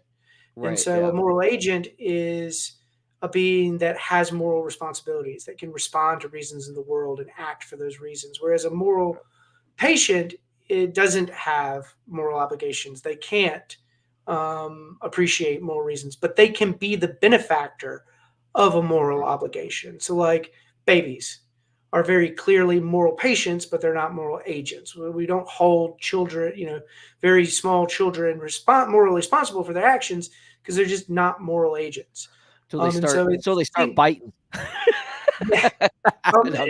So we see that agency is something that grows and emerges out of certain amounts of complexity and orders of rationality that we just don't see in non-human animals. So we just, why is it not wrong when a lion kills a gazelle? Well, because a lion's not a moral agent. It can't appreciate moral reasons not to, one, hunt gazelles and harm them, but two, find the resources and nutrients needed to act otherwise. So a famous is ought implies can. It can only be the case that I ought to do something if I can do it. Well, if a lion could find a alternative means of food and could direct their lives in ways that didn't harm gazelles, but could keep their, meet all the needs they did, well, then they should. And now they would cease to be moral patients, and they would become moral agents. Yeah. Unless there's an underlying thing that this is what they were designed to do, because it actually keeps the gazelle population from destroying the grass, and we get more luscious green pastures we can gaze upon. But no, I mean, I see what you're saying. Dale, did you have anything else? I do want to get to some of the questions in the audience, because they've been waiting patiently. We've got we're starting. Yeah. Yeah, we can go to the audience question. I want to make sure we fit in everyone. So. Yeah, I know we got a few questions. I don't know if we'll get everyone, but we got the super chat in. So yeah. Ben, the first question. But yeah, Ben, it was a great presentation. Like, I agreed with like a lot of it. And I just wanted the clarifications on, what you clarified on, and the fact that there are, obviously there's more things to consider basically when we make these arguments. So I think that's none really of us have had the last word in the problem of evil. The problem of evil will survive all of us. All right, here's the first question. I'm confused about the metaphysical argument. How can a possible evil conceived result in an actual conclusion that God doesn't exist? That's a great question. So this, like I said, this is probably the most abstract way of thinking about the problem of evil, and so it can be a little counterintuitive at first. So the claim is that God exists necessarily. So this is something that we have to add to the characterizing claim. Remember how I said that power and goodness were the two really essential claims that we need? Well, for this metaphysical distinction, we're going to have to add a third, divine property at least, and that's necessary existence. And so, to use the jargon from philosophy, the modal jargon is God exists in all possible worlds. That's what we mean when we say God is metaphysically necessary. So all possible worlds are the range of ways the world could have been. And so, of those ways that the world could have been, God exists in each and every single one of them. Well, if we've also attributed infinite power and infinite goodness to God across all of these possible worlds, and so God is incompatible with unjustified evils. God is incompatible with unjustified evils in all possible worlds. So that means that there's no unjustified evil in any possible world. There's no world in which God exists and an unjustified evil exists. So the metaphysical argument from evil says, look, all I need is the conceptual possibility, or the actual, possibility, metaphysical possibility. All I need is the metaphysical possibility that an evil incompatible with God exists. That's it. Because if that exists in any possible world, it's metaphysically possible in any of those possible worlds for this evil incompatible with God to obtain, then it follows that God doesn't exist necessarily in all possible worlds. If God doesn't exist necessarily in all possible worlds, he doesn't exist in any of the possible worlds. So this is the double-edged sword that comes with giving necessary existence to God. If he doesn't exist in one possible world, he exists in none of them. If he exists in one possible world, he exists in all of them. So necessary existence makes God's existence an all or nothing thing. It's a binary type thing. And so once you have that binary in place, all you need is the metaphysical possibility of an unjustified evil incompatible with God for it to follow that God doesn't exist. I just want to add, thank you so much, Ben. Now, for all the skeptics who go after me for using an ontological argument, look, you've got your own atheist expert, Ben Watkins here is an expert philosopher, and he's using a kind of reverse, the same type of logic. So there you go. It is valid. It is sound. Well, it is valid. I will say that. Obviously, I disagree with the possibility premise there, but yeah. Right on. Okay, Ben, here's the next one. How would a universal judgment of sin under the assumption of none are good, followed by a future universal repeal of the judgment in lieu of individual judgments, affect the calculus? So I'm not sure. This is a complex question, so I want to make sure that I get all of the pieces of it right. How would a universal judgment of sin under the assumption of no sin is good? Okay, I'm with you there. Universal judgment. So I think that means God's judgment of sin in the end, universally, followed by future universal repeal of the judgment in lieu of. I don't know. Followed by a future universal repeal of the judgment in lieu of individual judgment. I don't know what that means. All right, we'll move on. It's okay. Hey, look, I understand. I didn't understand it either. Oh, Yeah, there you go. I actually have a response to this free will in heaven notion. One could say that we freely ask God to remove our ability to sin, which means that we freely chose not to sin. This is a good one. I mean, this is one that we could talk about for a second here because I think it deserves a good response. So I think in the end, that possibility won't make much of a difference to what the objection's driving at. So the objection said, what drives the objection is that there is no evil in heaven. So we can ask, okay, well, if there's no evil in heaven, are we significantly free? And so we might say, yes, if we're significantly free in heaven and there's no evil in heaven, then significant freedom is not the reason why we see evil. And so that soul building theodicy would fail for that reason. Or we could say there is no significant freedom in heaven. And that's why there's no evil in heaven. Okay. Well, if significant freedom was not necessary to achieve a really good state, like heaven is better than the actual world. Well, so the claim is that we needed significant freedom in order to make the best possible world that we could.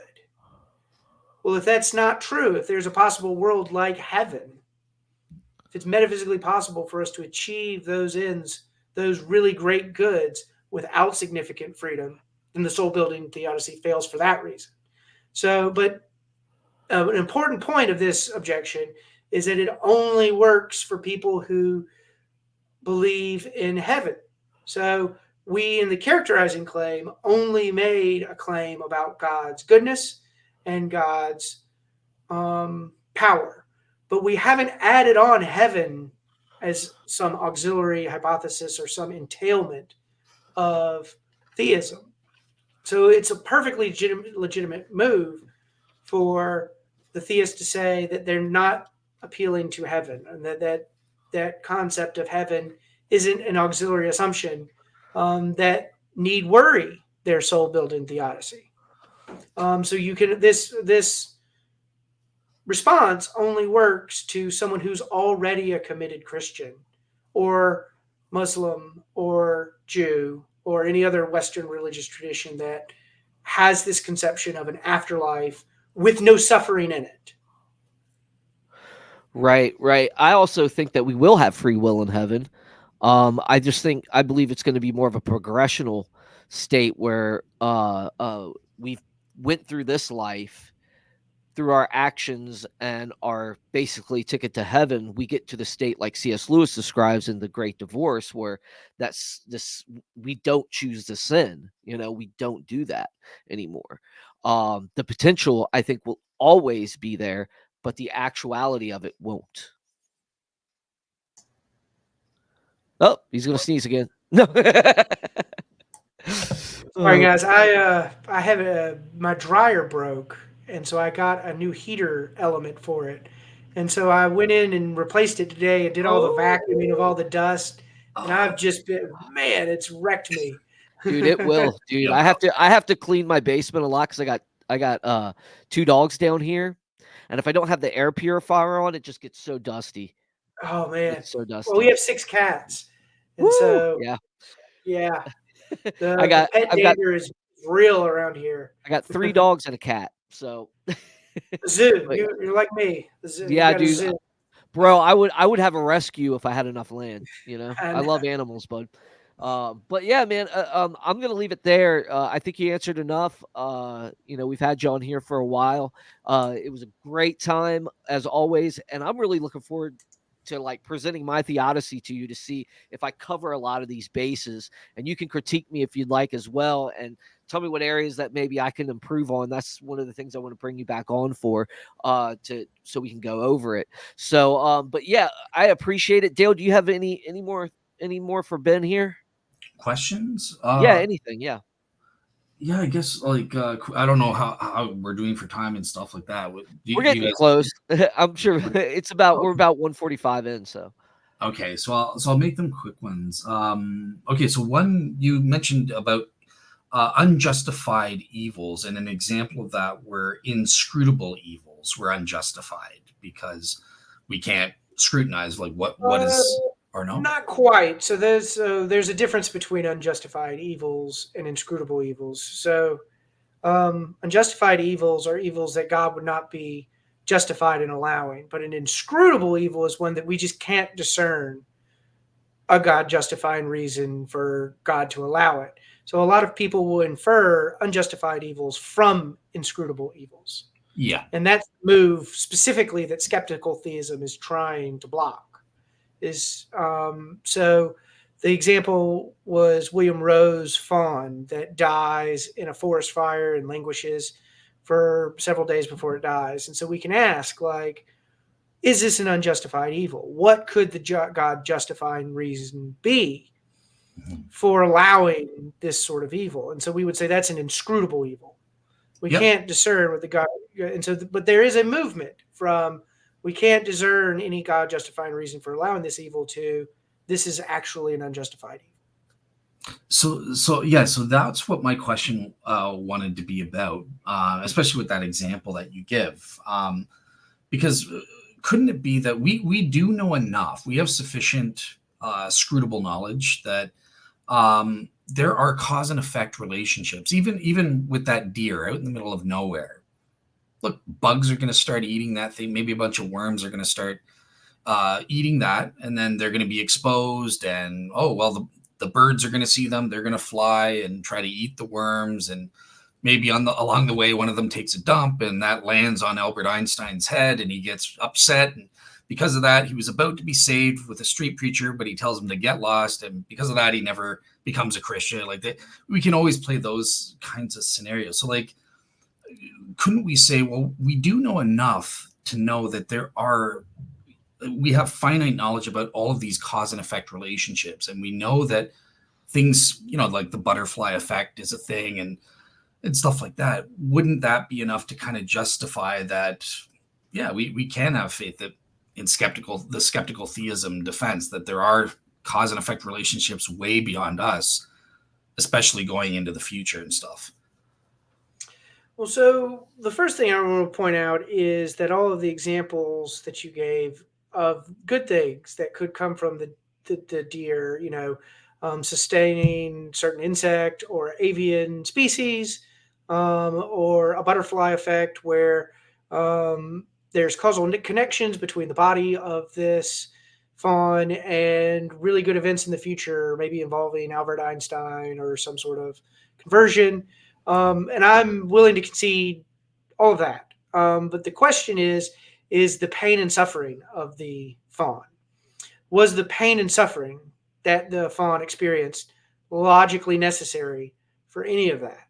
So the sustenance that these insect and avian species get, it's not clear to me that any of its pain of that deer contributed to any of those good things.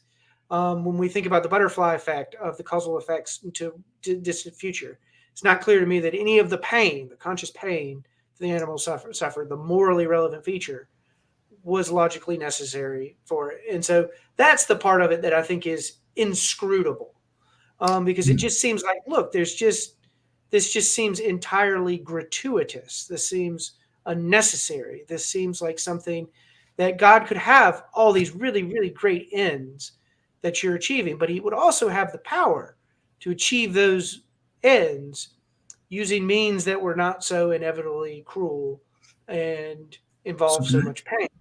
Just one quick follow-up there, because I noticed the way you said that it's not logically necessary to arrive here. But I would argue that I think we can make a case that it's factually necessary to arrive at the ends. Given we're in this fallen world, it is factually necessary. Would that make a difference, or do you think that even making that move doesn't work? Well, so you have to think about the limits in the characterizing claim that we put on God's power. We said that what does omnipotence entail? We said it doesn't entail contradictions. So we put logical limits on God, and those were the only limits that we put on God. So when I say, is this evil logically necessary for some greater good, or the prevention of some evil equally bad or worse? What I'm saying is that God's power had no other way of achieving that end except through these means. Like, it was, as a matter of logic, it was logically necessary for William Rose Fawn to die in the forest fire and languish for several days.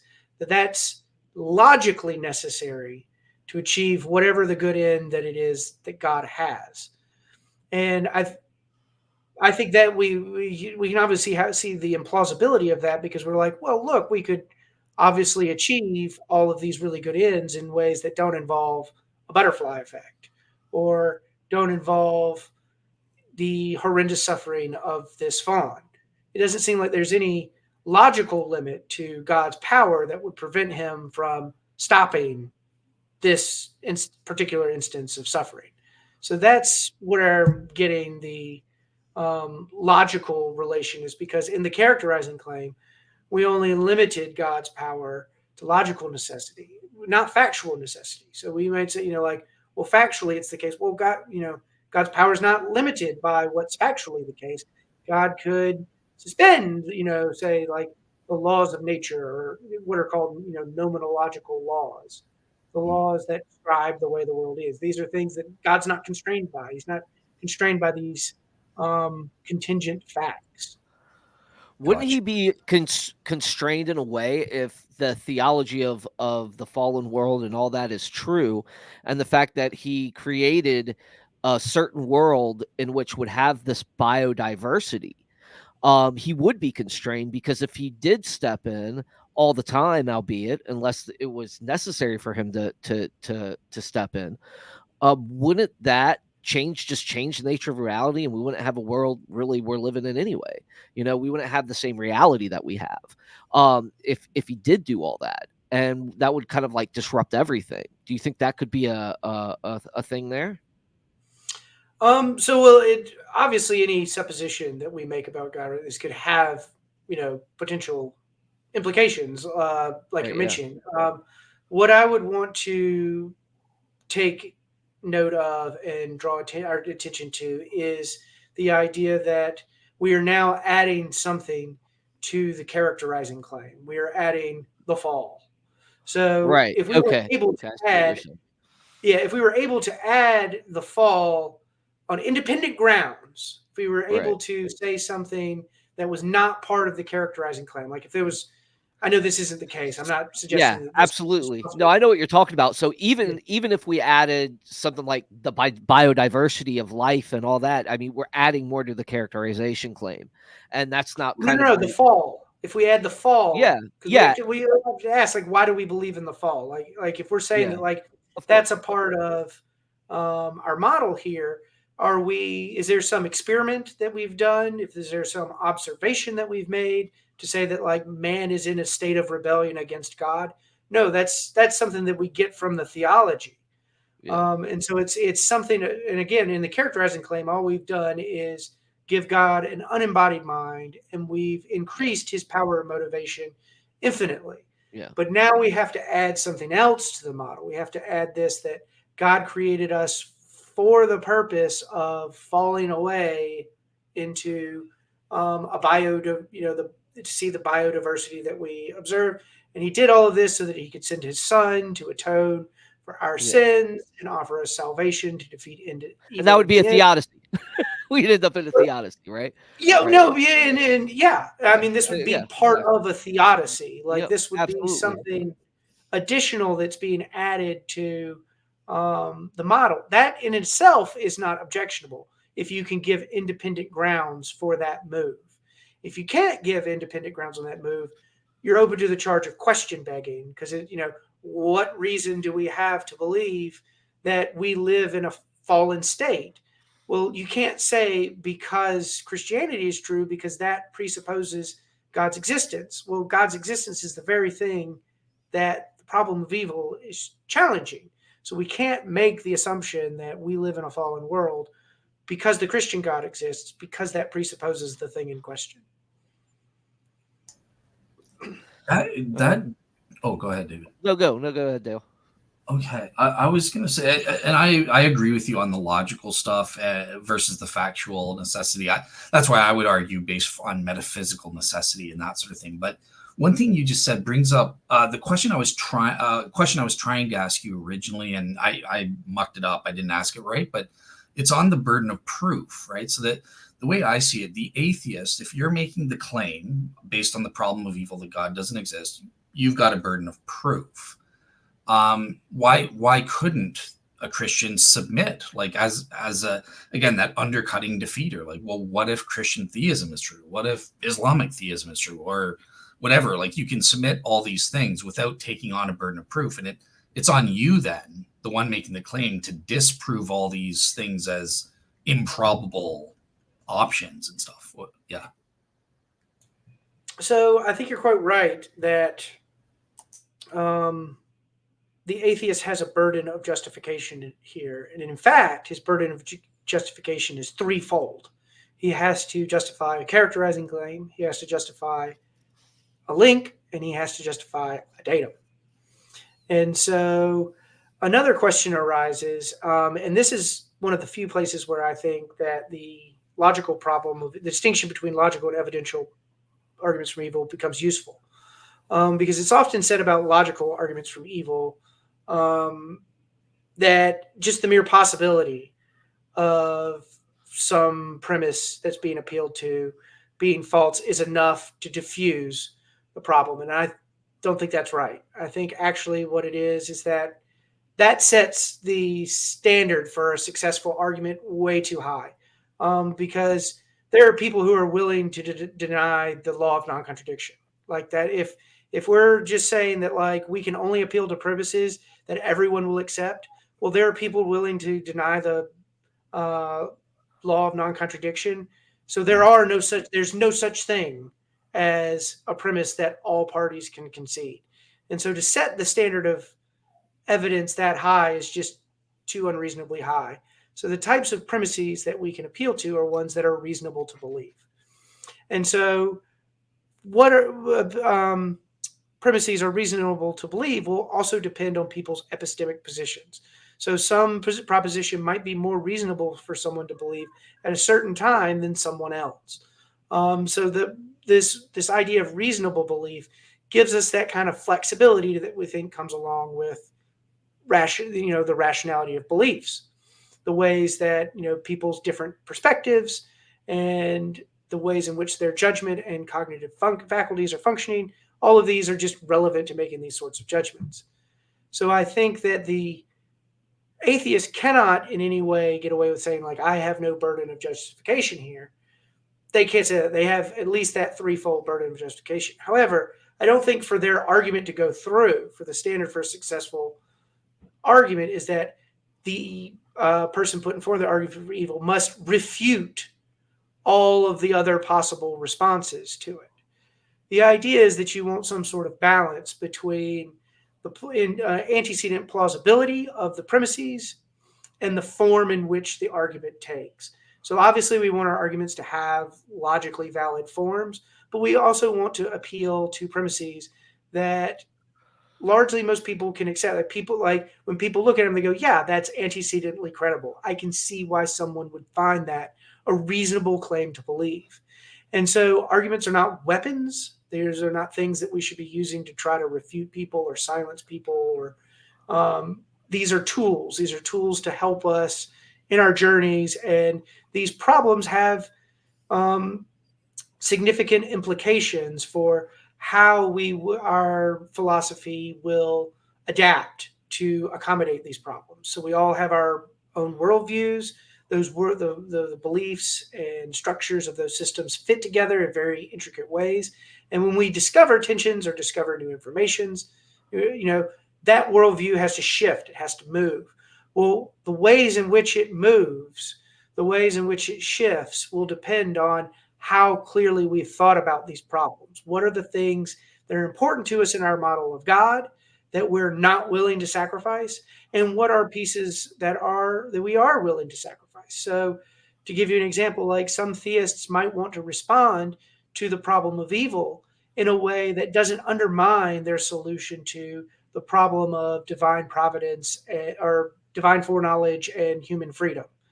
They want to in some way preserve their intuition.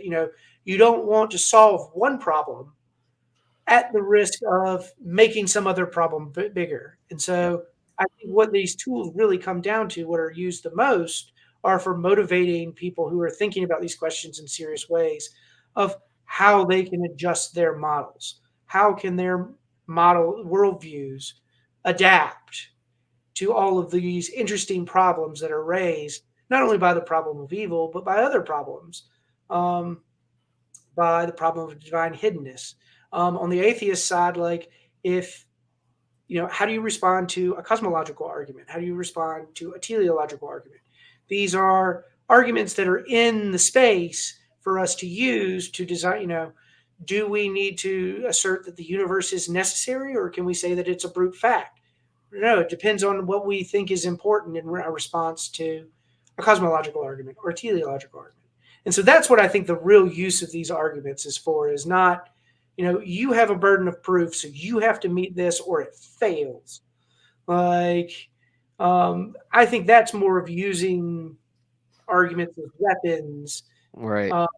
Or the goal should be progress. The goal should be resolving of disagreement and trying to bring the world closer into human understanding, so that more of it is intelligible to us. And this is one of the reasons why I don't really like the skeptical theist move to the problem of evil, is because it basically just concedes the mystery. It just embraces the mystery and says, this is unintelligible to us. Now, granted, at some point we have to just say some things are unintelligible. Or, as I think is the case, some things are intelligible. It's just a really crummy conclusion, like that the universe is indifferent to our existence. I would find it much more religiously satisfying if I didn't think that the universe was indifferent to finite creatures, lives of finite creatures, because I can't make intelligible things like bone cancer or the Holocaust. These are considerations that pushed me into the atheist naturalist camp because I just couldn't square it. And to just be skeptical and to just say, oh, well, it's unintelligible, it's just beyond human understanding. That was, it was more intelligible to say the universe was indifferent than to say it's just a mystery. Gotcha. Awesome. Right on. Well, guys, we are at the end here. Ben, I think you said that last part well, so yes, thanks for that. It is all about us coming together, right? And discussing these ideas and stuff like that. And we're really, again, privileged to have you on the show, given that presentation and everything. Where can people find you? And if they want to learn more about Real Atheology, where can they, pick up your channel? Yeah, so again, we're Real Atheology, a philosophy of religion podcast. We have a YouTube channel, Facebook page, Twitter page. We're available wherever you listen to podcasts, whether it be Apple, Spotify, whatever. We have a presence on all of them. Look us up, shoot us a message sometime, and stay tuned. We've got a lot of good content in 2024 having to do with David Hume. Right on. Right on. Woohoo. Dale, just give us a quick plug and then we're out of here, guys.